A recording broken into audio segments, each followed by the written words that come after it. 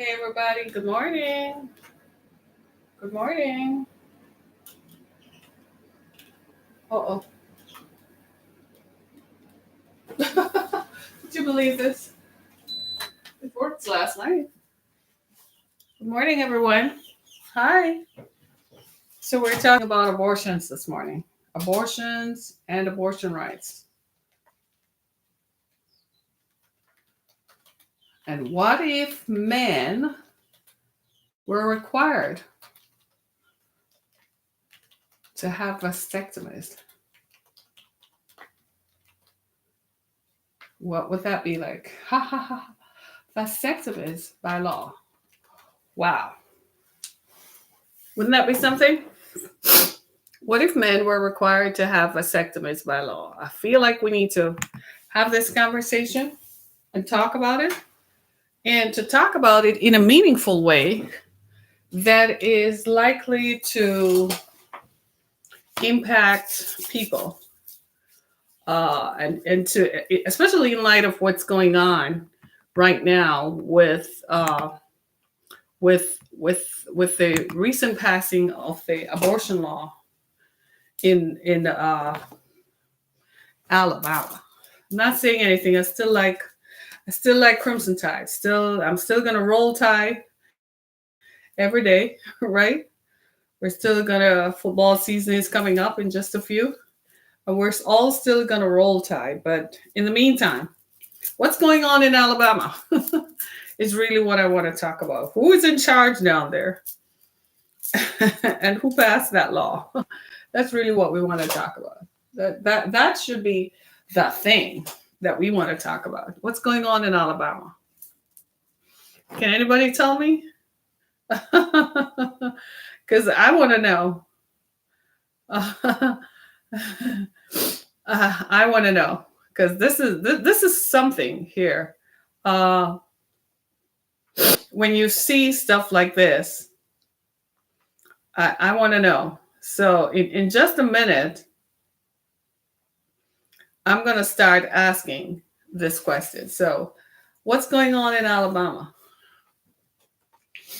What's going on in Alabama that they made this law pass, and now prior to, a woman could we argued that a woman could have an abortion, especially in cases of incest or rape.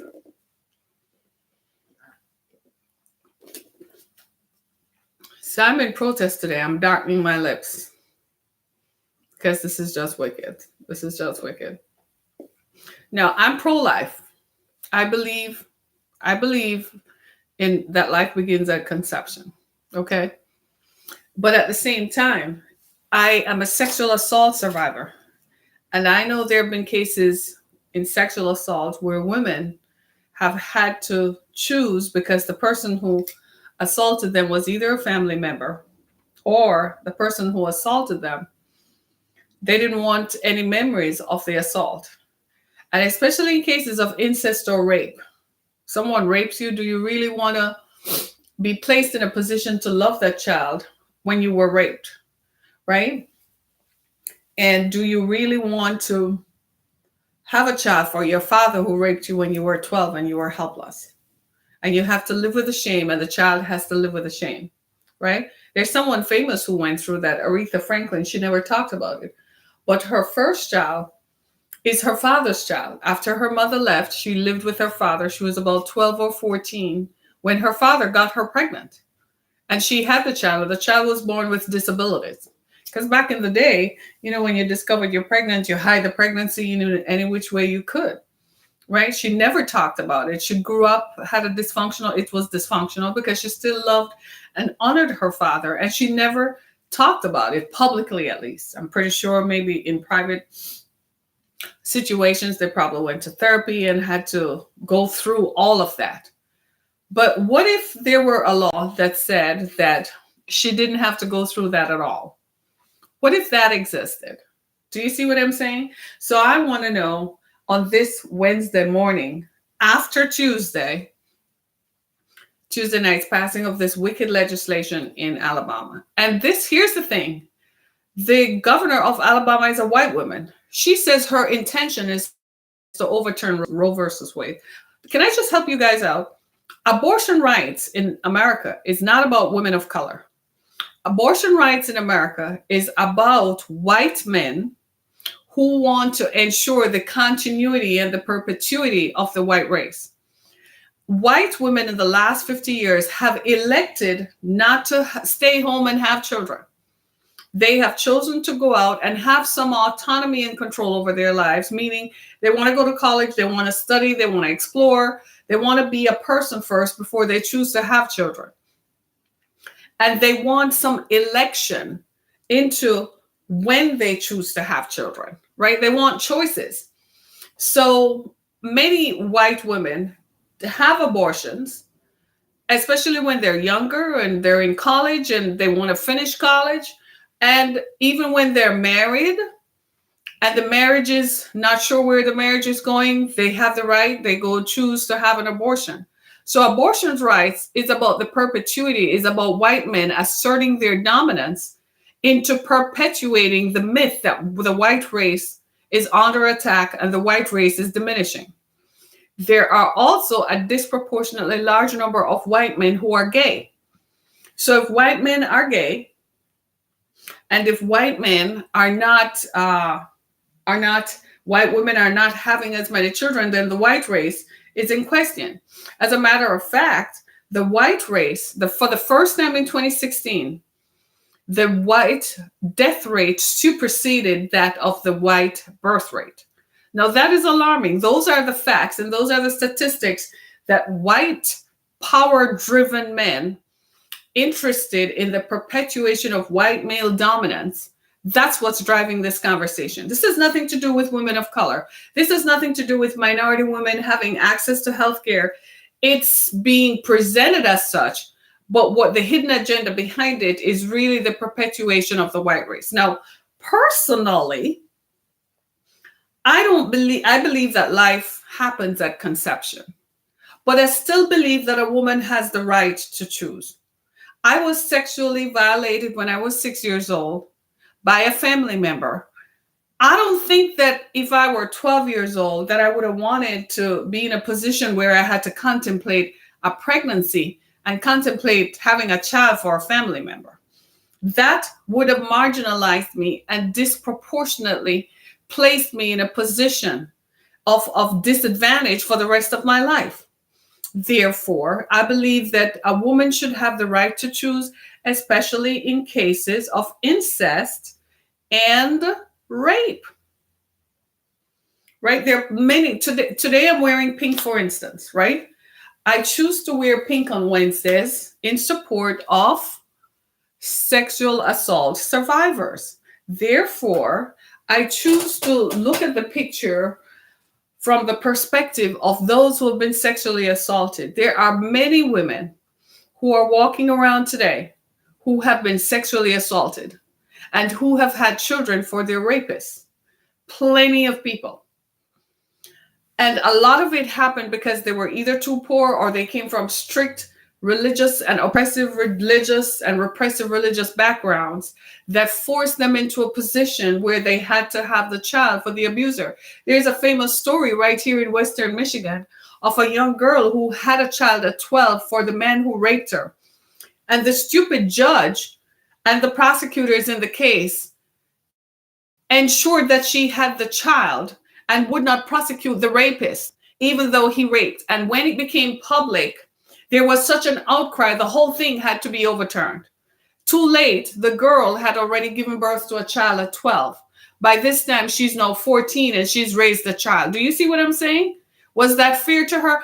I wanted, if it were, I don't know how come. I must have been too busy, but I don't know how come I didn't end up down at that courthouse in front of that judge and that prosecutor and ask them if they're just completely out of their minds. Because if such a thing had happened to a child of mine, good God Almighty, you all would be praying for me. And believe me, not only would you be praying for me, you'd be raising money for a defense fund for me because it would have been over. You have no idea until you have walked in someone's shoes who has been sexually damaged and assaulted. You have no idea what that feels like. And for anybody who is in denial of that, you need to go revisit yourself because you have issues that are hidden. Your issues are so deeply layered, they're hidden. Trust me on that. Because nobody emerges from sexual assault and rape normal. You don't emerge unless you've gone through therapy. It affects you. You just in denial. So there are plenty of women who perhaps have been told and have been socialized to believe that rape and sexual assault is normal. And so they've had to normalize a predatory behavior, right? And in normalizing it, they've accepted it. So now they don't think it's a big deal. You're normalizing sexual violence and you're normalizing rape. Think about it in the larger context. We're not talking about someone slapping you on the butt. We're talking about someone inserting their penis into your sexual organ without your consent, right? So overnight, the legislators in Alabama passed a law making abortions illegal in Alabama, even in cases of rape and incest. I want you to think about that for a minute. Because the governor says that it is in an effort to bring it to the Supreme Court so that Roe versus Wade. You see how the deck is stacked? This is going to cause a social revolution in this country. Because, and here's the thing, they are going to make it so that a doctor who performs it gets 99 years in jail. Now, before I came on air, I was going to post some pictures of what abortions look like. And honestly, I couldn't because why? You want to know why? The images were too graphic. It was hard for me to even look at.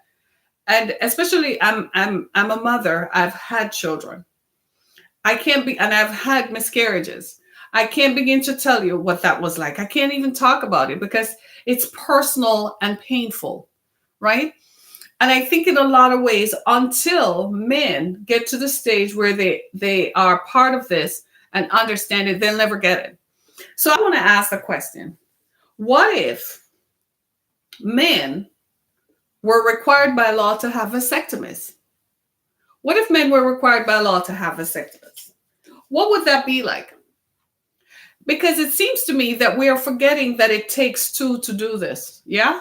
A woman's body doesn't just make a baby because she wishes it. She needs sperm from a man, not a dog sperm, right? Because a dog sperm cannot fertilize a human egg, right? Not an alligator sperm, not a snake sperm, not a cow, goat, donkey, lion, tiger sperm. I'm pretty sure they've done the experiments. It can't fertilize a human egg. And we don't want to give the crazies any ideas anyway, right? But think about that. Think about that for a minute, right? So what if men were required by law to have vasectomies? What would happen? In the same way that we're overturning abortions, I think men should be required by law to have vasectomies. If a man has raped, you see all these sexual predators and all these sex offenders? What a nice term, a sex offender. Why don't we call them what they are, rapists? Call them a rapist. That's what they are. Just like someone who kills someone, we call them what? A murderer. Someone who robs a bank is called a robber, right? Then a sex offender is not an offender. A sex offender is a rapist. Why don't we have vasectomies as required by law for men who should not have any more children? There should be a cap on that. So if you want to say that I can't have an abortion because somebody raped me, somebody in my family raped me, some idiot out there decided to rape me, and I can't have an abortion because I don't want to bring that child into the world, then I think the man who raped me, he shouldn't have any children. How about that? What if I can identify my rapist? He should be required by law to do what? Have a vasectomy. And I'm going to sip my tea. Yeah. Here's the thing, ladies and gentlemen. You do realize that time is coming. Women are in power today. And women are going to rethink this because disproportionately, we're the ones left with childcare. We're the ones who have to make a decision about our careers. We're the ones who have to make a decision about raising our children. We're the ones who have to give it up all the time, whatever giving up is. We're the ones in corporate settings who have to give it up to keep our jobs in all kinds of settings, in some little 2-bit job that you get paid $9 an hour, but you have to have it to keep your children fed, right? We're the ones who always have to give it up. So because we're the ones who have to give it up, guess what? We're the ones who are now in power, political power. I'm not talking about vaginal power. I'm talking about political power, the power to change laws, the power to impact legislation, the power to change situations that disproportionately marginalize women.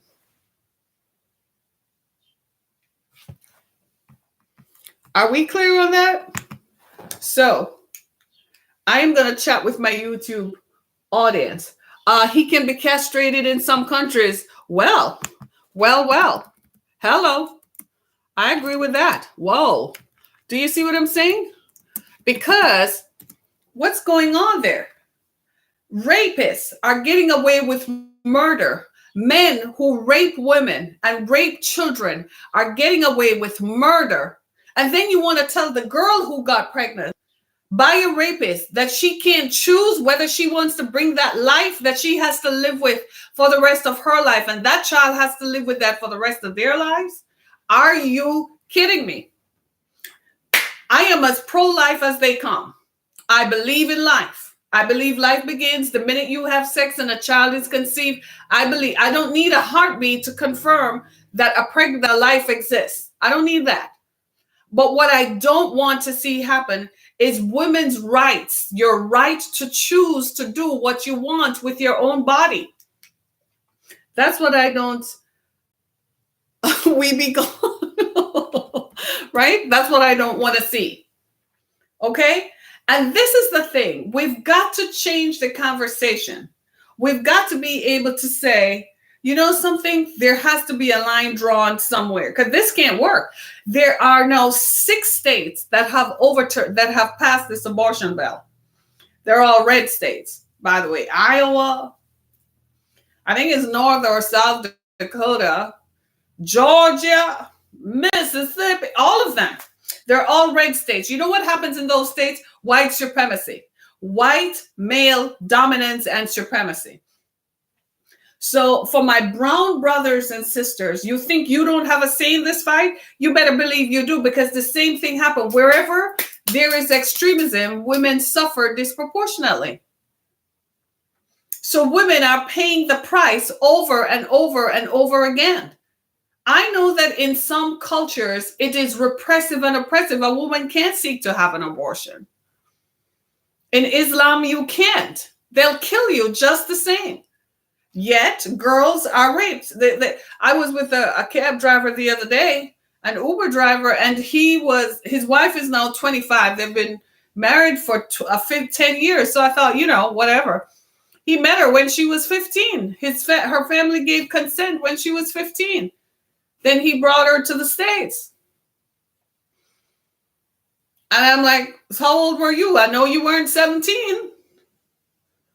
Do you see what I'm saying?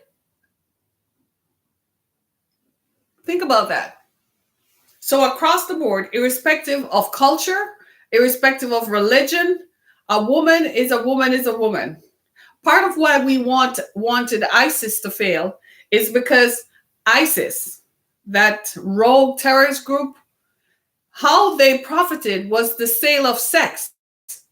They were the biggest human sex traffickers in Syria and in parts of the world that there was conflict. ISIS, the terrorist group, they went into villages and took women they had an age limit, like middle-aged women under 40, women under 35. and they had sex with them and sold them into sexual slavery. And then they took girls as young as 9, 10, and 11. Some of the girls were having periods and they had mass STDs.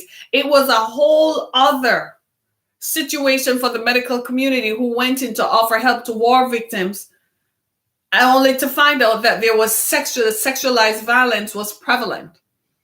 And you want to tell me that none of those people should have the right to choose whether or not they should have a child? Really? Sincerely? You got to be kidding me. Right? In the same way, then, we should have asked men to have vasectomies. What's the difference? A lot of men choose to have vasectomies after they think they have had enough children. They say, I'm not going to have any more children. I can't afford to have any more children. So they choose to have a vasectomy. So all these people who you call sex offenders and who are in jail for crimes against children, for sexual violence, they should all be held accountable and go get the switch, get the surgery that switches them off. Let's see how that would work. So I want to see a brave woman stand up in some legislative house somewhere and say, okay, I'm going to pass a bill. I'm proposing a bill that is requiring men to have vasectomies. And I'm not putting any conditions on it that they should have a vasectomy if they rape someone. No, I'm just going to say all men should have a vasectomy and see how quickly men would react. All men would react, because you're taking away our right to choose. And this is not the time nor the season for this to happen. No, we got to get better than that. We got to get better than that, right? This is not the time nor the season. I'm not hearing from you guys. I'm expecting some kind of conversation, chime in somewhere, right? Because the thing about it is abortion is very personal and private. You've noticed I've never talked about it because it's a very painful subject, right? I've had miscarriages. So it's not something that I can talk about because it's painful. There's nothing quite like it, right?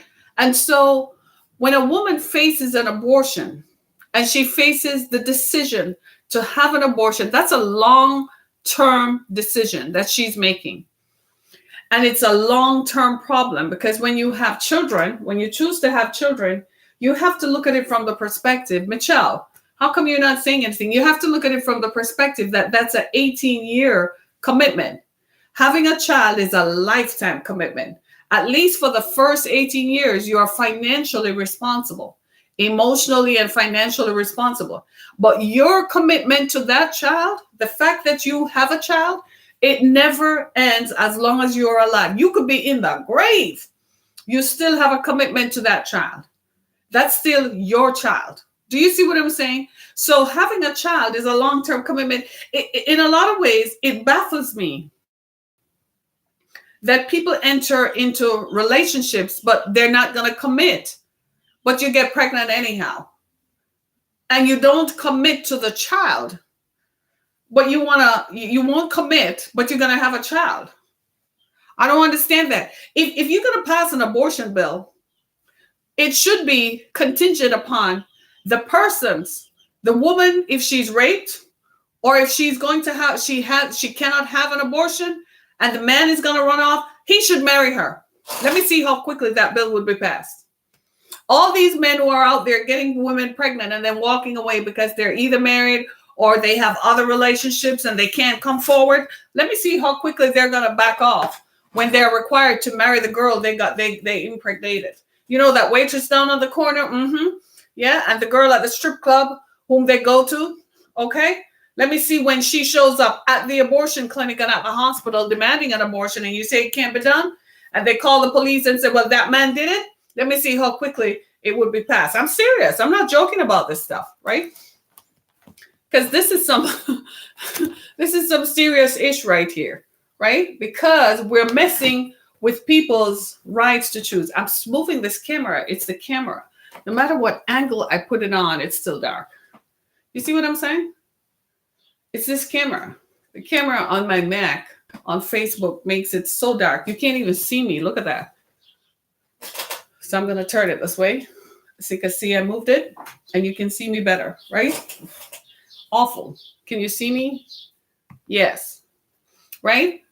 And so what it comes down to, when I examine the issue, I had to face my own comeuppance. I had to have my own come to Jesus moment years ago.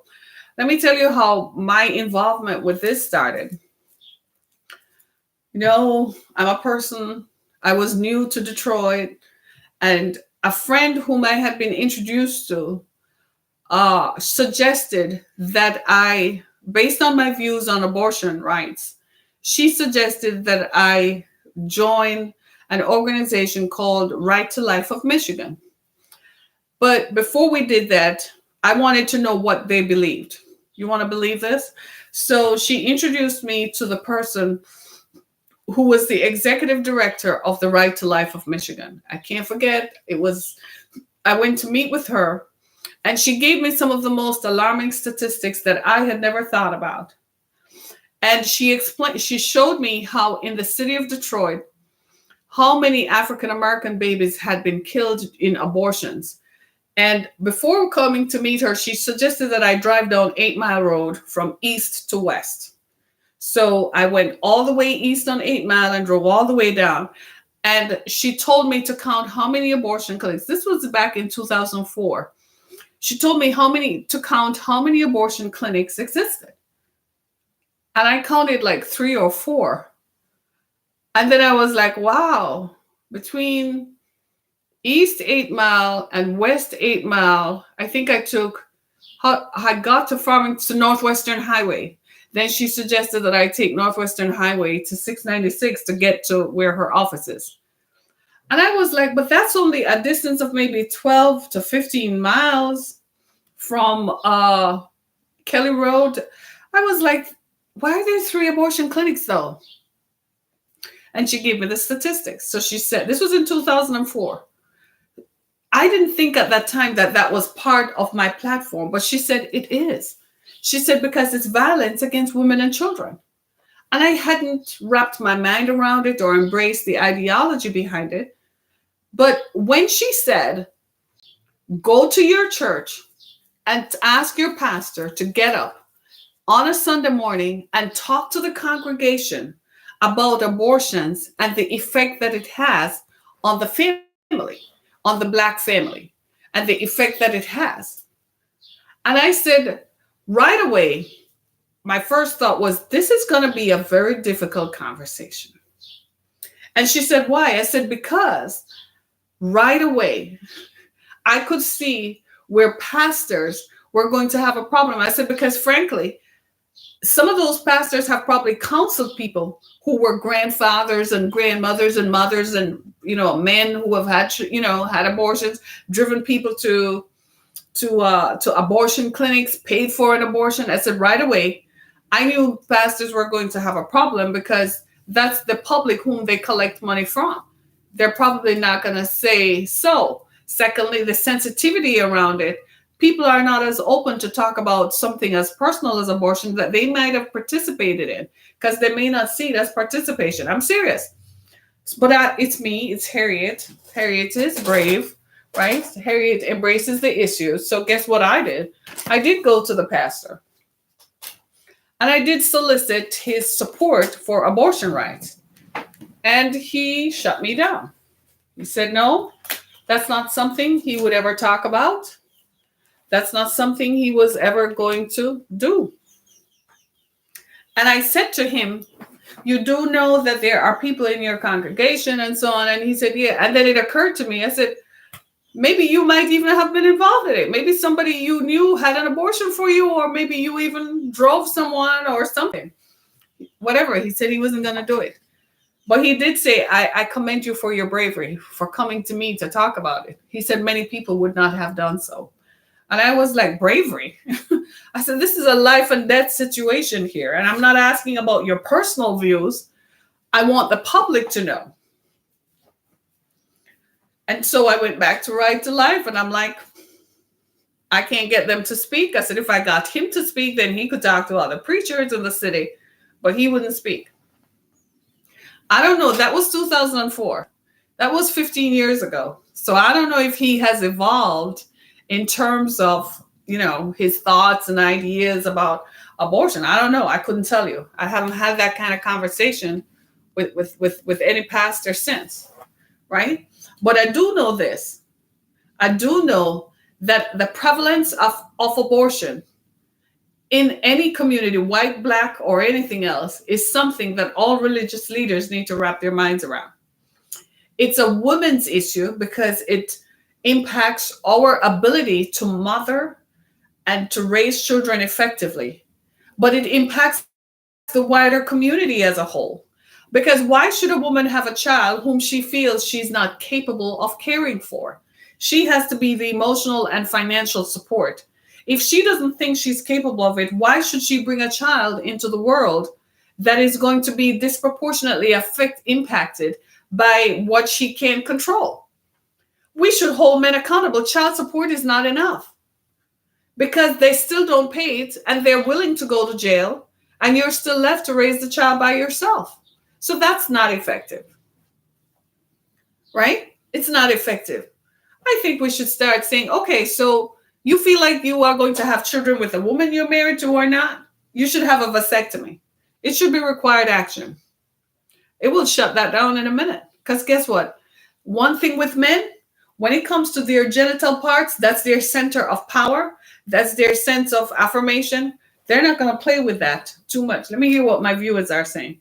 Probably the whole front row of the church had abortions because of him. Oh my God, you need to stop. Don't say that, but it's true. It is true, right? So a lot of pastors won't touch the subject because it's personal for them, because maybe they were involved in an abortion, right? And my viewers think maybe the whole front row of the church had abortions because of him. It is what it is, right? And so we have to. So can I ask you guys, how do you feel about abortions? No, I'm not asking you if you've ever had an abortion. That's another subject for another day. You want us to talk about that? I can take you right through the process of cleansing yourself and freeing yourself, because abortions have impact. Abortions have spiritual and natural impacts. You do know that. If the Right to Life movement were not so stuck up on the political power, maybe they could have gotten more people to join them simply by saying why is abortion wrong? Not because it destroys a woman's right to choose. That's the political part of it and the social accountability of it, but the impact on the individuals involved. I have not yet met a man, he probably exists, but I have not yet met a man who a woman or two or three had abortions for him for whom it didn't impact. I had one years ago. I was talking about this, and a guy came to me and held my hands, put his face in my hands, because he never got over that child that his girlfriend had become pregnant with in college. He turned away from me. He couldn't face it. He said, every time I ask myself, what would that child be like? And he's now in his 50s. So you're talking about something that happened, nearly almost 28 years ago, right? It affected him. It affected him. Do you see what I'm saying? It affected it. And he said she did it without consultation. She did it without asking him how he felt. He learned after the fact. And he said it bothered him to this day. So abortions have spiritual and life-changing impact. All right. If a married man got a woman pregnant outside his marriage, he would probably even pay for the abortion. A lot of single guys are reckless and they will run away. Truth. Truth, my brother. Truth. That is true. You heard that? A lot of married men who have sex outside of marriage, they do that, don't they? Yeah. Yeah. They do pay for abortions. Yeah. And you're all looking at me and shaking your heads because we all know it's true. We may not want to say anything in this forum because if we say anything, it is going to impact the people who know us. But it is true. It's true. And so abortions then have to, when we look at abortions, this is why the topic is so personal. But like I was saying at the beginning, abortions is really about white supremacy. It's about having more white babies who will grow up to be white adults who will continue white supremacy and white domination. Not white supremacy in terms of the social action part, activism part of it, but white supremacy in terms of more whites in spaces, in political spaces, in social settings, in corporate settings, who continue the perpetuation of the myth that whites dominate. That's what abortions are really about, is to stem the tide of white babies being killed, because there are more white men who are gay, and a lot of white women are choosing to have children later than now. If you think about it, can I just tell you what it's like to be a woman? Can I tell you? As a woman, we're not supposed to have ambition. So far be it from us to want a life for ourselves outside of being attached to a man and family. So we want to have our own lives defined by our own experiences and our own goals and our own accomplishments, right? So imagine, if you will, part of the reason why I worked briefly in corporate settings, I was not a fit because I'm too independent of mind and thought, right? When a woman works in corporate settings, to have a baby destroys her, irrespective of what she wants to do. It destroys her. They deem her as softer, and she's never going to be attentive. And in fact, by the time she has a baby, it ruins her chances of advancement. It's like having a baby is a disease. So she wants to be someone, she wants to be a CEO. What's wrong with women having goals and ambition? What's wrong with that? We're human. We're not animals, unless men see us as just animals and an orifice for you to dump your penis in. Is that what it is? Is that how men see us? Because it seems to me that we're not supposed to have ambition. So a woman having an ambition to be a lawyer or a doctor is immediately called a bitch and a whore.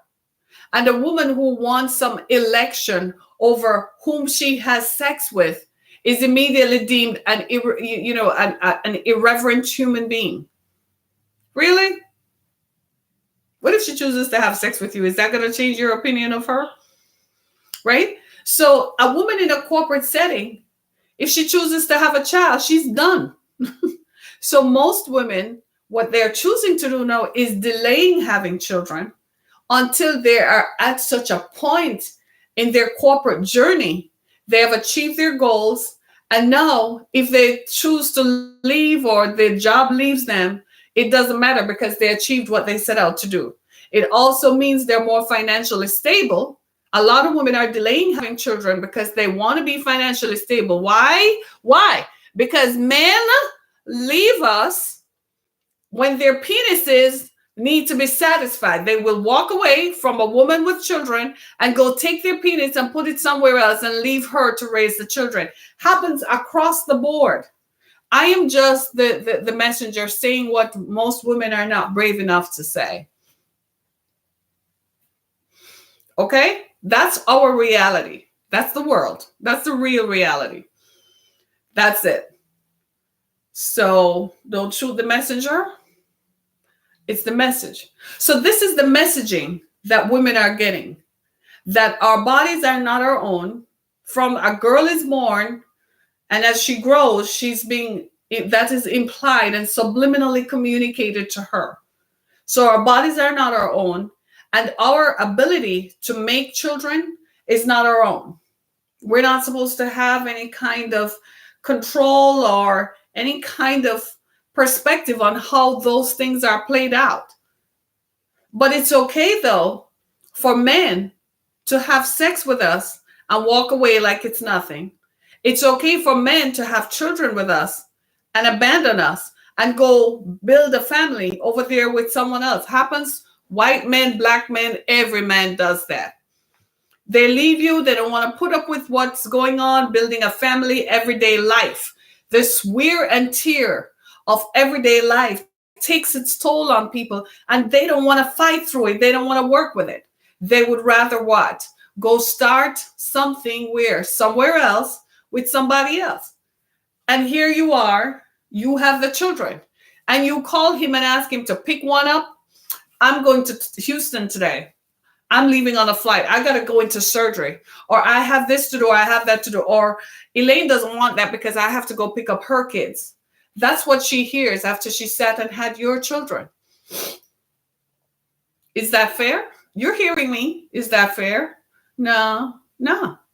So we want choice. I'm just outlining to you the reasons why it's important for us to have a choice. We talked about incest, right? Your family member has sex with you. It happens. It happens in families everywhere, black, brown, and white. It's human. It happens. Wherever human beings exist, rape exists. Incest exists. Let's just be clear about that. It's making me really nauseous to say that, because I know the truth. It's not unusual in settings or gatherings for a girl to be fondled. You know what fondled is? It sounds old-fashioned, to be groped and touched inappropriately by males around her. Typically male family members whom she's related to by blood, or those who have some connection to the family. It's not unusual for that to happen. And when it happens, a woman suffers the consequences. So I want to ask you guys, you've never had a female family member who confessed to you that she was sexually violated? I have some brothers who live in Maryland. God bless them. I kid you not. I don't want to ever have to call one of them and tell them that someone touched me inappropriately, because I'm telling you, some stuff would go down. They would be on the next flight over here, and it would be on and popping. Wild horses could not. It would be serious. It would be something. You see what I'm saying? So, and that's a typical response from a male family member to learn that a vulnerable female family member was sexually violated. Happens all the time. So tell me again, who among you has ever had a confession from a female family member that she was sexually violated? Which one of you? Tell me. I'm waiting. I kid you not, I'm waiting. Let me read these comments here. Good day, hon. Hey, how you doing? Tell me. I want to know. You know why you're not going to say? Because for many, your family members probably never told you. They feared your response. There are two ways you're either going to respond. You're either going to look at her as if she's less than a dog, as of now, or you're going to get up and go hurt someone. Whichever your response is, she figured which one it is, so she's not going to divulge. Plus, her own personal sense of violation. You know, I'm a sexual assault survivor. And it has taken me my entire life to realize the post-traumatic stresses that I have lived with. And as I mature and get older, is the worse it becomes. I had no idea that my insomnia, depression, right, and exhaustion were linked to the fact that I was sexually assaulted years and years ago. I had no idea. I could not understand it until I went to my therapist, and they started ticking off the little boxes. Yeah. And that's when I said, oh my God, the lack of trust, right? The issues I've had to deal with and battle all of my life because someone sexually violated me when I was 6 years old. Think about that. He's lucky he's laying in a grave today, because he would have been dead all over again. I promise you. The stuff that I've had to survive and deal with. Is it fair? Answer me. Is it fair? No, it's not fair. So why am I going to sit back and make it fair for other women and children to go through this? Hell to the no. Keep it moving, man. Heck no. Do you see what I'm saying? So here I am. I'm just a person. And I'm bearing my soul to you because plenty more people than not will never, ever talk about this. They'll never talk about it. It has nothing to do with being brave. It has to do with the fact that you can't face it because you fear what the society is going to do to you. And coming forward with it, you have to accept this round of emotions and deal with it. Do you know for the rest of my life, this is what I'm going to have to deal with? 2 weeks ago, I was writing a grant on sexual violence prevention. You want to hear my story? I was still coming on the show every day while I was writing the grant about sexual violence prevention. You remember how I told you I was exhausted? I hadn't slept for 6 days?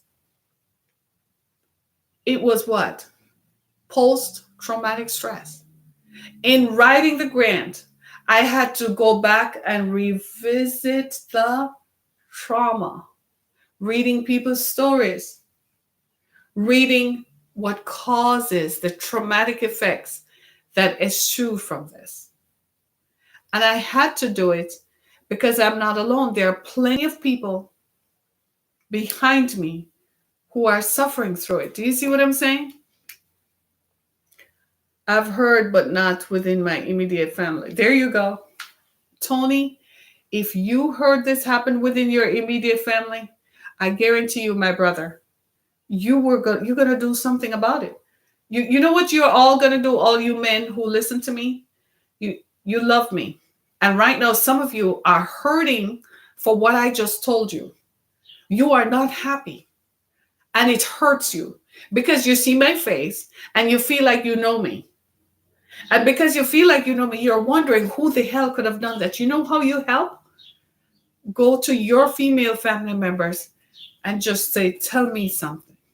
Has anyone ever hurt you? Who? Just ask them, how can I help you? No, don't take revenge. Please don't. Don't. I don't want you to be hurt by whatever actions you're going to take. But I do want you to assure your female family members that you are there for them. And ask them what happened. Did you get pregnant? What did you do about it? Ask. And if they start crying and they tell you they had to go have an abortion, I am begging you, wrap your arms of love and support and no judgment around them. Lord, have mercy. Lord, help me. Jesus, take the wheel. Come on, Jesus, take the wheel. This is why we have to leave the options open for a woman to still choose. The creation of life is between the two people who came together and God, their God, whom they believe in. Ask their God, let them ask, leave it up to them to make peace with it and to come to God with it. You have to take it to God and make peace. We ought not to be the bystanders and the judge. Honestly, if I had not experienced it, I would have sounded like a white supremacist today, batting on and on about it's killing off the race and and you wouldn't be listening to me. But you're listening to me because you're filled with compassion. Do you see what I'm saying? It is one of the most sexual violence. Trust me. It's just now, in the last 15 to 20 years, that the society, social scientists, are beginning to embrace what sexual violence does to people. We can call it incest all we want. A father having sex with his daughter, his underage daughter, that's still sexual violence. You know that, right? An uncle having sex with his niece, We call it incest. A brother having sex with his sister and she's getting pregnant. And the family don't know that it's his child and she has to put up with the shame of that forever and blame someone else. It's still what? Sexual violence. Tony, you are on it. You heard of it, but not in your immediate family. Do you see what I'm saying? And as men, I'm asking you, when you see a young girl, you see a woman who is promiscuous, can I just help you guys to understand that? You may even have had a girlfriend who just had sex with everybody. She was sexually violated. How do you talk to her? Don't judge her, but tell her, baby, what happened to you? Tell me. And just hold her. She will tell you. And it will be up to her whether she continues in a relationship with you. But you leave the choice up to her. That's how you deal with that. Rice. Because you holding her here is killing it over here. I always protect all the women in my family as much as I can. Well, shout out to you, brother. Thank you. Do you see what I'm saying? Just ask. Women you have held in your arms. Every time you see a girl who you're probably remembering when you were in college or high school and they said that girl was fast and loose, and you may have even laughed with it like men do and participated and got some yourself. Understand that she was sexually violated. Understand that. And if you see her, hug her. Non-sexual, non-confrontational, non-judgmental. Just hug her. Right? There are women whom some of you are dealing with who have had abortions. Sometimes you're trying to get someone pregnant, you're in a committed relationship and having children is part of it, and you're trying to get someone pregnant and it can't happen. Some of you have walked away from women who had abortions, whom you were intimate with, and you walked away after the abortion because abortion kills a relationship. You know that, right? Abortion kills a relationship. It's like the death of it because both of you can't handle it. It's like this from a woman's point of view, right? Her vagina is the entrance to her body. You're a man, so if you've never been penetrated, you don't know what it is like to have someone come into your body. So when she's having an abortion, she's laid down, her legs wide open in front of strangers, and they put some implements inside of her to suck the life out of her. There's blood everywhere, right? So they give her something to make her relax, make the muscles relax. It's it's almost like giving birth, frankly. So after that has happened, and it's a nothing effect, right? And they extract all the blood so she won't have an infection and all that stuff. After that, don't go watching the videos on YouTube. It will make you see red. It is that. I just Googled some of the images and I had to turn away because it's the loss of life. It's a human life, right? So after the abortion has happened, how are you going to have sex with that person where the place where the baby was in, you forced it to come out? Some men have told women when they get pregnant, even though they've been in a sexual relationship for a while, they've said, oh, well, I can't have any more. I can't have any children, so you better go take care of it. Right? I know exactly what you're saying. I met a lot of women that were traumatized because of it. Right? Oh, my God. Right? Uplift all our women. Absolutely. Do you see what I mean? That is what kills the relationship. Because now she can't engage with you emotionally. She can't connect with you because it's like a death, and it opened up a chasm between you and her that she feels she can't cross. She has to go to therapy. As long as that woman lives, she'll never forget the child that she had an abortion over. It's a person who, and some of you are like, I know women who use abortion as birth control. Something is wrong with her. Something is wrong. She's emotionally displaced and in a bad place and needs therapy. That is so for a lot of you men too, when you see that woman, the reason you separate from her is because she's a reminder of what happened. And you can't deal with it. And you can't face it. So you have to leave her.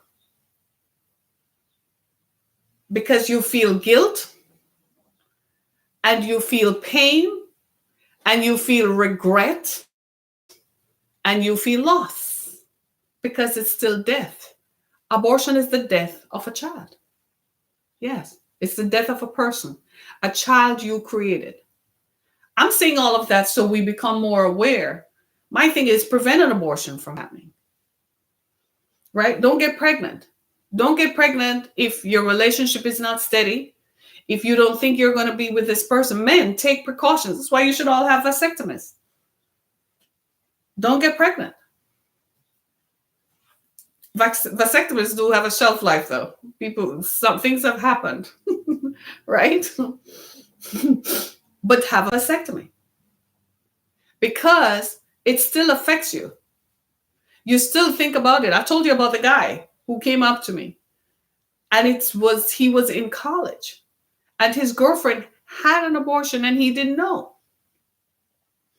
And when it was all said and done, we're talking 28 years later.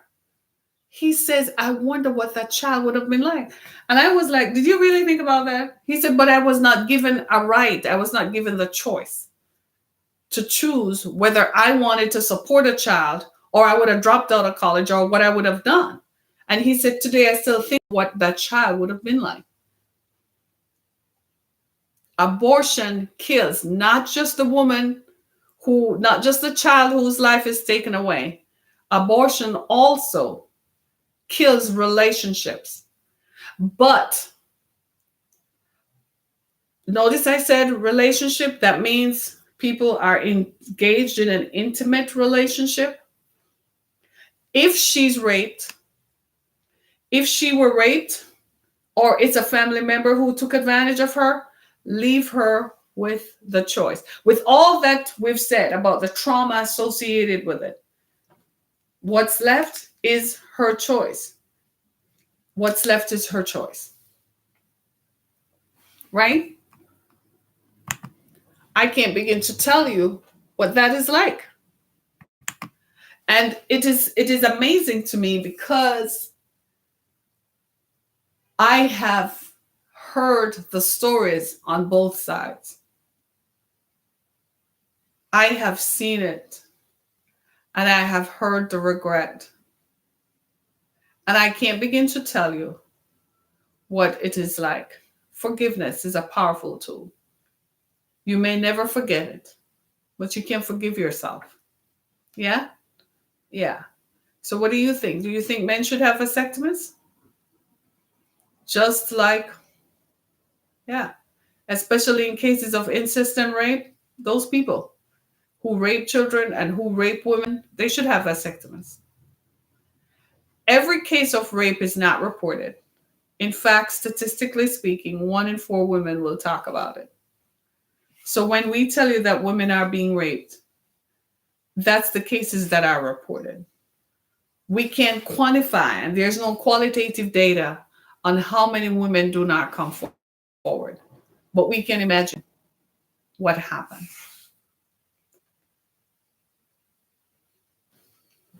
Heavy subject, yeah? Big stuff. We have to talk about it. Abortion hurts, but women should still have the right to choose. We should have the right over the choice, over the autonomy of our bodies, just like you guys do. Men walk away from women with children all the time. It's nothing, right? It's nothing for you guys because essentially you're not mom. You're not the one who gets called. You think it's a joke? This morning, my children and I were running a joke about being mom, right? And I said something, my youngest daughter said something, and she said, oh, I'll just call mom about it. I'm sitting right in the car. And she says, oh, I'll just call mom. I said to her, you see how automatic your response is? She said, well, if anything goes wrong, you just call mom. Mom knows the fix. And she got out of the car. Bye, I love you. See you later.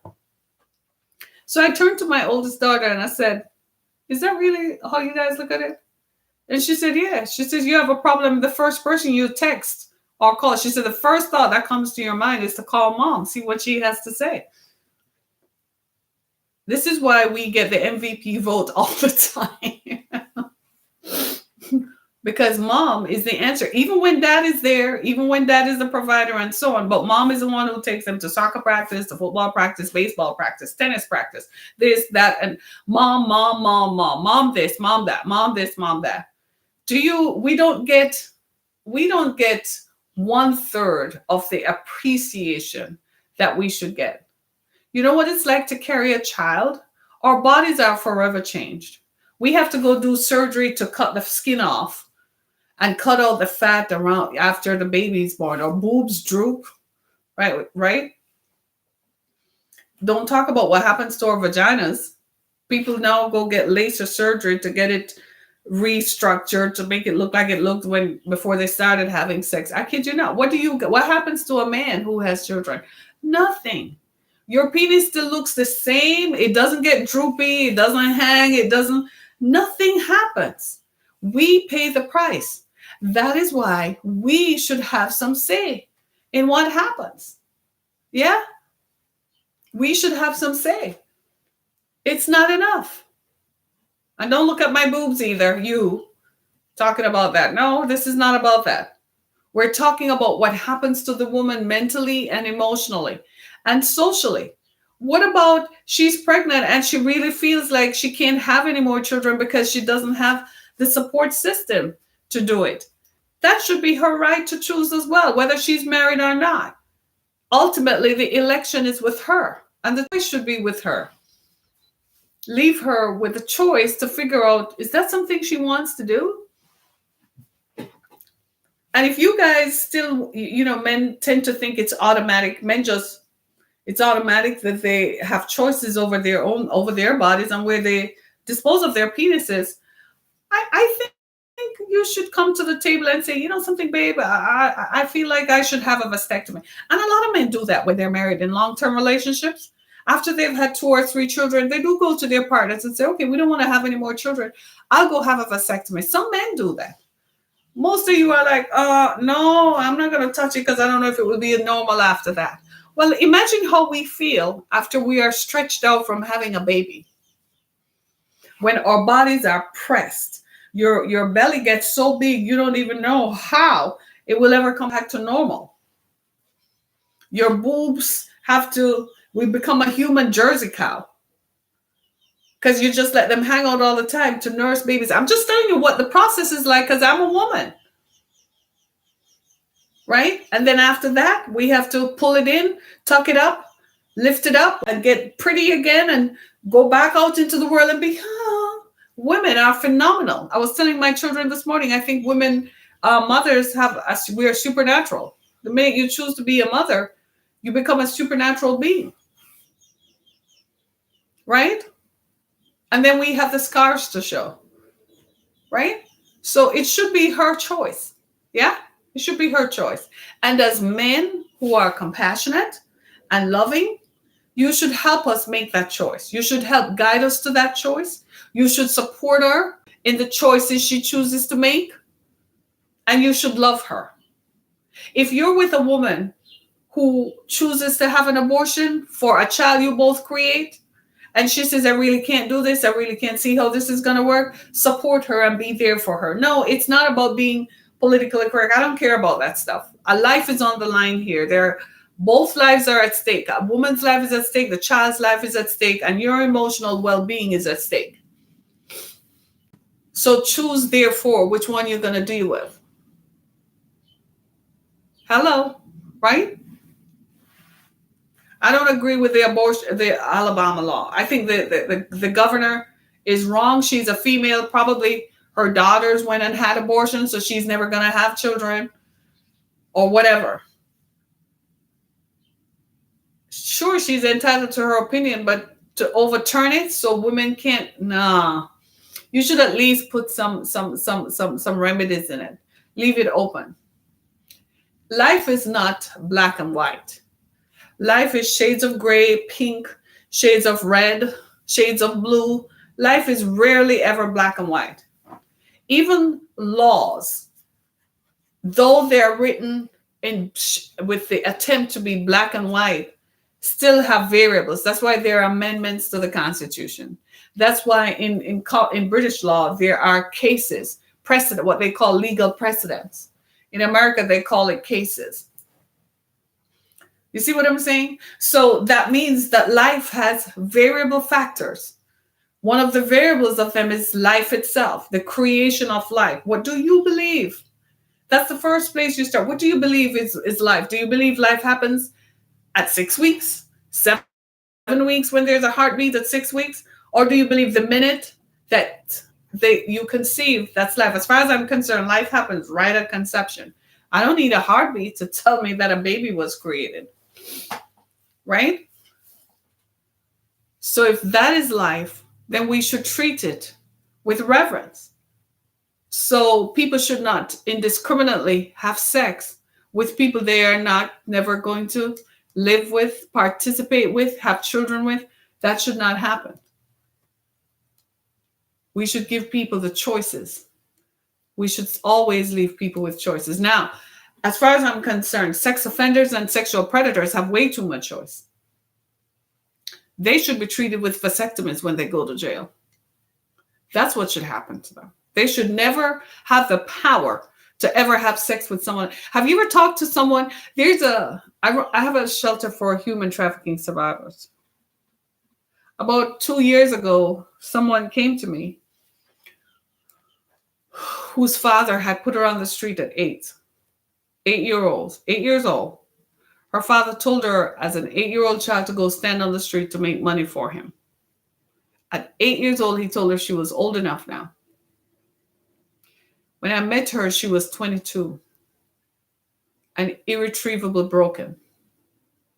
Would not even listen to people like me, thought people like me was never going to work. She consented and acquiesced to the fact that her life was ruined forever. And we could not reach her. It wasn't just me, honey. A boatload of people across 8 states had tried to get her normal, to achieve some sense of just living normally. She said it can't happen. She could not forgive herself. She blamed herself for what her father did to her. Do you think in one of those cases that she didn't have the right to choose about what happened to her body? What about the case of the young girl who was taken at 7 and her captors impregnated her at 12? She had 9 children within that sex trafficking circle. 9 children who were born into sexual slavery. He took her 9 children and told her they all died in a house fire, when in fact he had parceled them out to other parts of the sex trafficking ring. And because she had no autonomy over her life, she had no idea where those children were. When I met her, she had just had a miscarriage for her 10th child, conceived by the people who ran the sex trafficking ring. Are you listening to me?